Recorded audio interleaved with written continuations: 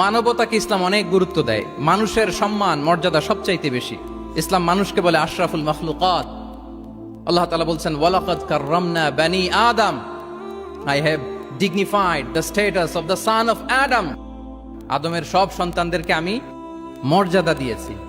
তিনি বলেননি যে আমি মুমিনদেরকে শুধু মর্যাদা দিয়েছি, শুধু মুসলিমদের মর্যাদা দিয়েছি, কেবলমাত্র মুসল্লিদেরকে মর্যাদা দিয়েছি, এমন তিনি বলেননি।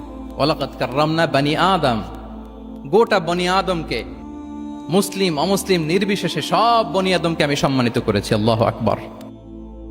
এভাবে ইসলাম মানবতার কথা বলে এবং মানুষের জন্য যে কাজ করে ইসলাম তাকে শ্রেষ্ঠ মানুষ বলেছে। খয়রুন নাস আনফাউহুম লিন-নাস, মানুষের মধ্যে শ্রেষ্ঠ সে মানুষ যে অন্যের কাজে লাগে, যে মানবতার উপকারে আসে, সে শ্রেষ্ঠ মানুষ। এভাবে ইসলাম মানবতার জয়গান গেয়েছে।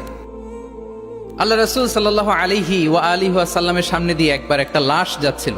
তিনি সাহাবাদেরকে নিয়ে বসেছিলেন। হঠাৎ ওই লাশ দেখে রাসূল সাল্লাল্লাহু আলাইহি ওয়াসাল্লাম দাঁড়িয়ে গেলেন। সাহাবারা বললেন, ইয়া রাসূলুল্লাহ, ইন্নাহু ইয়াহুদি, এটা ইহুদির লাশ। কার লাশ?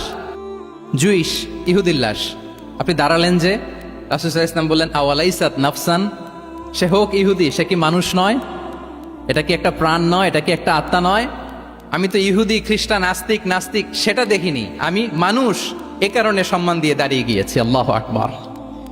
তাহলে ইসলাম হচ্ছে দ্য রিলিজিয়ন অফ হিউম্যানিটি, মানবতার ধর্ম।